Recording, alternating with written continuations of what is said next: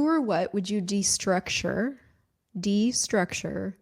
if you went all in on you? If I really wanted my life and my business and money to change, it was simple. I needed to be 2 feet in on me. I needed to go all in. Let's get into it. Welcome to the Crystal Crawford Show. I'm Crystal Crawford, and I invite you to a deep exploration of the tools of access consciousness and a totally different way of being. I'd like to invite you to a new call called In or Out. Who or what would you destructure if you went all in on you? Dive into what is destructuring, why would you want to destructure everything, what are the systems and structures and the differences, and let's get into it. What does committing to you or being all in on you have to do with destructuring? Why would those two things be put together? Let me start this out with describing to you what the past 2 to 3 weeks of my life have been like. 2 to 3 weeks ago, the phrase 1 foot in and 1 foot out. I've got 1 foot in, 1 foot out. And it wasn't in context of anything having to do with me. It was somebody describing where she was at, but it struck me. And it seemed to articulate how I had been living. Now, when you are living 1 foot in and 1 foot out on you, you've got 1 foot into your life and 1 foot out, man, things just don't work. Things are hard. Here's a great example. Trying to do anything on the swing set. I was on the swing set with my 9-year-old stepdaughter the other day, and of course I injured my knee because I was committed to the landing, which is probably a terrible example. When you commit, you hurt yourself. It could be the conclusion you draw. But I was so committed to the move that I landed with both my feet way far out from where I started, and my knee ended up not having the strength inside of it to carry me. But jumping off a swing is a great example of, if you're not committed to it, you're not going anywhere. Like, to jump off a moving swing, you have to choose and commit and go. And my commitment landed me with a knee injury. But I also won the contest, as Luna pointed out. On the bright side, you won, she said. So for anything to work, for jumping off the swing, doing a move in sports, you have to commit to the thing. And in the commitment, you're going to get more information, like oh, that's good information that my knees don't do that kind of pressure and intensity. There's a lot that can happen when you're committed, and nothing that can happen when you're not. And so there's a book in Access Consciousness called The Home of Infinite Possibilities that I've had for a long, long time. Some of you have it on your bookshelves gathering dust. And Gary talks a lot in there about infinite possibilities and infinite choice and committing to your life. But I took that class live in 2015. It is in real time to 2024. And I could hear 1/80th of the class. Because at the time, infinite possibilities and infinite choice and infiniteness was so beyond something that I could grasp at all that it just went over my head. 10 years later, I can hear it. And so it takes what it takes. Don't give up. But the reason I'm talking about this is because 2 or 3 weeks ago, when I heard that phrase and I really looked at it, I realized I was 1 foot in and 1 foot out on myself, and that had a lot of stories attached to it, a lot of reasons, but that the reasons didn't matter. And that if I really wanted my life and my business and money to change, it was simple. I needed to be 2 feet in on me. I needed to go all in. Did you know that not being committed to you is an energetic choice that you're making in your world? Do you know the difference between physical choices and energetic choices? And can you tell the difference? I couldn't in the beginning. When I heard the phrase, your point of view creates your reality, I thought it was really cool. And I had definitely done some research on quantum physics, and I knew that molecules move with the energy of your point of view. I kind of had the cognitive understanding, but I didn't understand how it worked in real life, except that I kept seeing these effects in my life out in the real world. And I got that if I wanted to change those things that I was choosing, I really needed to come back here and look at where I was functioning from. So it started to piece itself together. But that's something for you to know, that your point of view creates what you're experiencing and not the other way around. We tend to go, because I'm experiencing this, then that's because of this thing. We tend to function from cause and effect. So if I find the cause of the effect I'm feeling, then I'll know how to change it, but that's not actually how it works. If you find or identify or acknowledge the point of view that you're functioning from, then what's out here will naturally change. So, I'd been having 3 to 6 months of really wanting to stop a lot of things. I wanted a different effect in my life. And so I went looking for what would create it. You know me, I throw everything to the wind. I'm like, I'll quit this and cut this out and add this and start this and do that. And I'll just change everything in the search for what's going to really create something different. I love that, by the way. If you just want to have some change, fire everything and everybody and see which ones you want to bring back and see which ones, when they leave your life, you're like, oh, wait a minute. Come back, because that's what occurred for me, including my certification. I'm going to throw that on the bonfire and see if my life gets greater without it. For a little while, I was like, oh, yeah, okay, we're grooving. Then I heard that phrase, and then I thought, 1 foot in, 1 foot out. Yeah, that's true. So if I went all in on me, this was the question I asked, what would that create? Now, when I'm changing something like that, fundamentally energetic in my world, I will, in my mind's eye, in my energetic field, I will pull my foot out from the ring and put them both in the ring, literally, and I will get the sensation of that in my body. And I will allow that to affect everything moving forward. And so I did that. I literally pulled my foot out from outside the ring. I got the sense of 1 foot in, 1 foot out, and how that would feel, how that would affect my choices. I would always be kind of going back and forth. And that was definitely the energy in my world. I was back and forth and not sure. And I was able to be swayed by a bunch of different things because, when you're 1 foot in, 1 foot out, there's no stability there. And we're so taught that our stability comes from outside of us. If money shows up, then we're stable. If we have a job, then we're stable. Our stability comes from being 2 feet in our own reality. So I pulled my foot in from outside the ring and I stood there in my own reality. And I was like, if I were 2 feet in on me right now, what would I choose? Now that's how you start to make that energetic choice actionable, is you choose it. And then you're like, okay, now I'm going to ask a question that will give me access to the awareness of the choices I have as this. So I started asking that. And this is the coolest thing about going all in on you, is that the instantaneous thing that happens when you do that is you get instant clarity.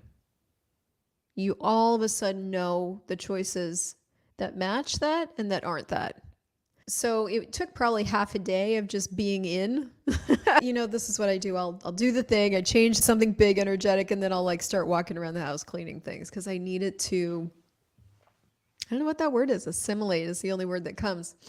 So here I am, being me. I'm all in on me. I'm like, if I were being all in on me, what would I choose? And some instant things started occurring. I knew instantaneously what I wanted to create. I knew instantaneously what was going to contribute to creating that. I knew instantaneously that I was going to move forward in some different choices than I had done before, and I knew it was going to be an instant change. I wasn't going to explain myself to anybody. I was just going to be different. And usually what happens is I'll receive a piece, I'll make a big shift, and then a week or two down the road, I'll start receiving or running into things that articulate it. Well, one of the conversations over the weekend that I ran into was in Club Consciousness with Shannon, a conversation about destructuring. Oh man, I love consciousness so bad because I've even done conversations on no form, no structure, no significance as a key to freedom, because it is. But consciousness always so elegantly moves all of us along. And the dominant conversations that come forward are always the ones that we all need in some way to go further with consciousness. So I'm listening to this conversation on destructuring, and so much of what I had been using or aware of and using to create that no committal to myself was structure. And so the question that Shannon asked us to ask ourselves was, who or what would you destructure if, and then you fill in the blank, if you had all the money in the world, if your business was succeeding, if you were committed to yourself, who or what would you destructure with that choice? And you know how that happens when you start asking yourself a new question. I got all this awareness of like, wow, the difference in how I truly function and like how Andres functions, for example, the difference in how I truly function in the countries that I've been living in and how they function, what occurred when I moved to those countries and how aware I was of all the structure and how I started to use that structure as if it was mine instead of, like just whoa, whoa, whoa, whoa. And still the where I had structured my business to a degree that was making me tired. So structure always makes you tired because it takes all your energy to maintain it. And structures are like, these things we decide that we have to do, that we need to do, and on and on and on. And so I'm experiencing the effects of all the structure, and I did it. Even if I was aware of it, I claimed it as mine. So there's nobody to blame. It's just okay, destructure. So for the last 3 days, I've really been playing with destructuring. And it's really cool. I have more energy. I have more creativity. I created myself a new office in the house. I'm booked to go recertify for CF, which I'm just so grateful for. I put up a party of possibilities for Global Foundation. All this creative energy got unblocked. And so I'm exploring my life and the business and money in a different way. I read today in the Home of Infinite Possibilities that, by the way, if you want a whole PhD education on being an infinite being and how you can start to apply that to your life, go buy the book, The Home of Infinite Possibilities. Yeah, amazing. So he's talking here about what your true home is. A lot of us that are like us, creators and inventors and entrepreneurs, we tend to never really feel like we fit because we don't. And I spent a large part of my life looking for where I fit. And I've heard Andres say that. And so I end up saying on repeat to a lot of us, you don't fit. That's the gift of you. The gift of you is the difference of you. But we keep looking for where our home is. I so distinctly remember in my 30s when I was in my second marriage looking for my church home. And it was just because church was where I had experienced the most allowance and care up until that point. So I returned to that in my 30s and was like, let's find a home. And the thing about finding a church home was that you had to find one where you fit the best. And we found at that time a church that had a lot of allowance, didn't function from a lot of judgment, was really open to all kinds of people. And that worked for a while. But again, it wasn't about necessarily being all of you and having all of you. It was still supporting the community, and like there was still parts and pieces of me that I couldn't be because I still had to fit in order to stay. So he's talking about that here. Like, what's your true home? Where does stability and home really live? And boy, this is so good. This sentence here. Infinite possibility is about being everything that you are. You have to commit to being the infinite you. Now, there's another place in this chapter where he talks about that the true home of infinite possibilities is you being you. That's where you are. That is your home. That's where you have infinite choices. You have infinite possibilities. You are an infinite being. But the reason I read this little sentence in here was that 3 weeks ago when I was looking at having 1 foot in and 1 foot out, and then I pulled both feet in, I still wasn't that sure of what I was committing to. I knew that I was committing to me. I knew that I was committing to what I wanted to create. I also could recognize that what I wanted to create was very intangible. Yes, its outward expression has a lot of tangibility. I definitely create business. I create money from my business. I create change in people's lives. There's a lot of outward effects.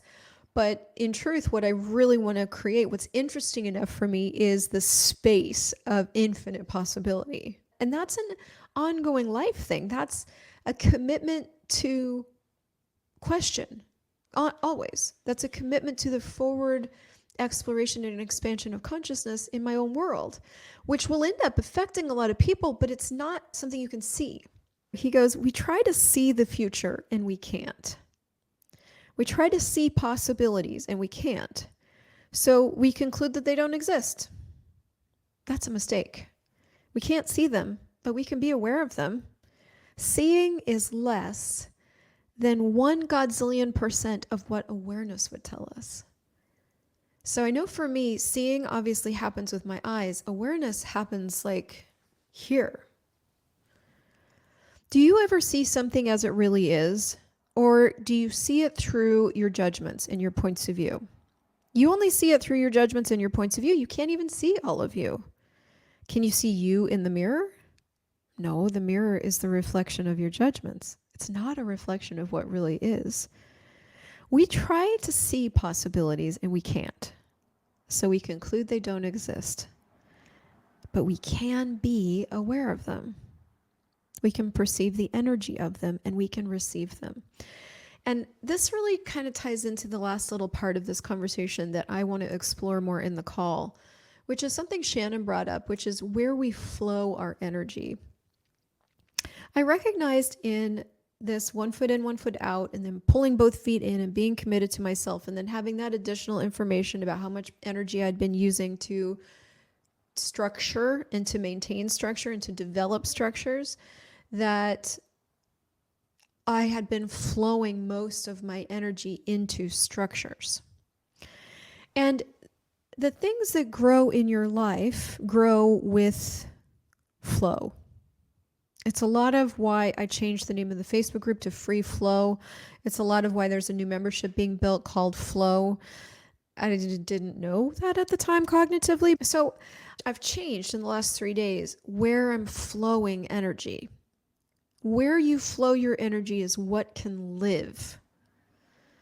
Before, I was flowing a lot of energy into structure. So now I'm looking at what is the energy I have to be to create whatever I desire with ease. And there's 3 more questions down there. How can I be more aware? Flowing energy.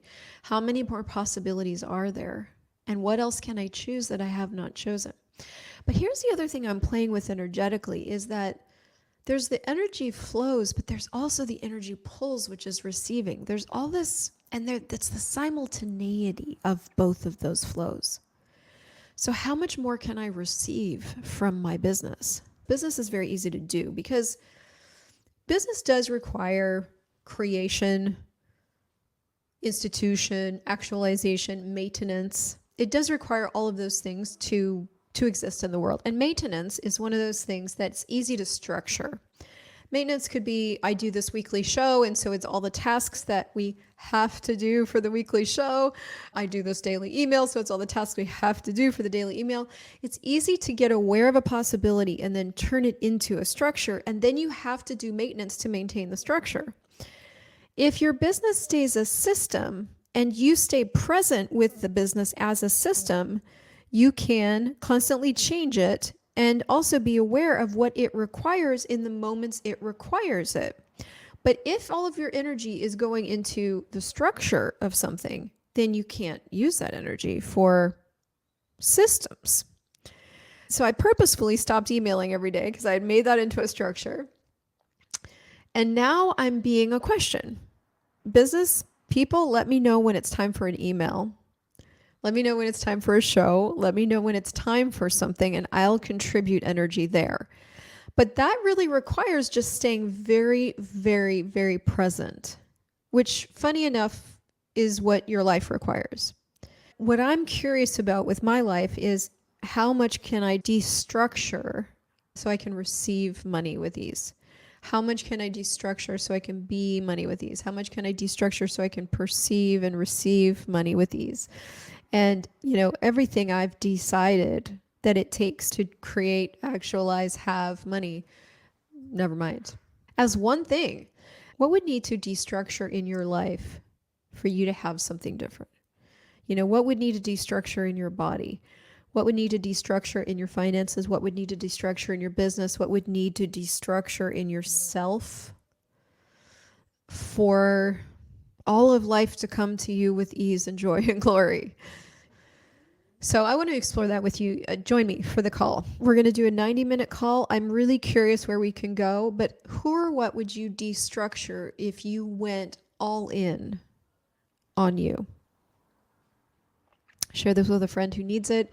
Get yourself registered for the call, and I'll see you in the next conversation.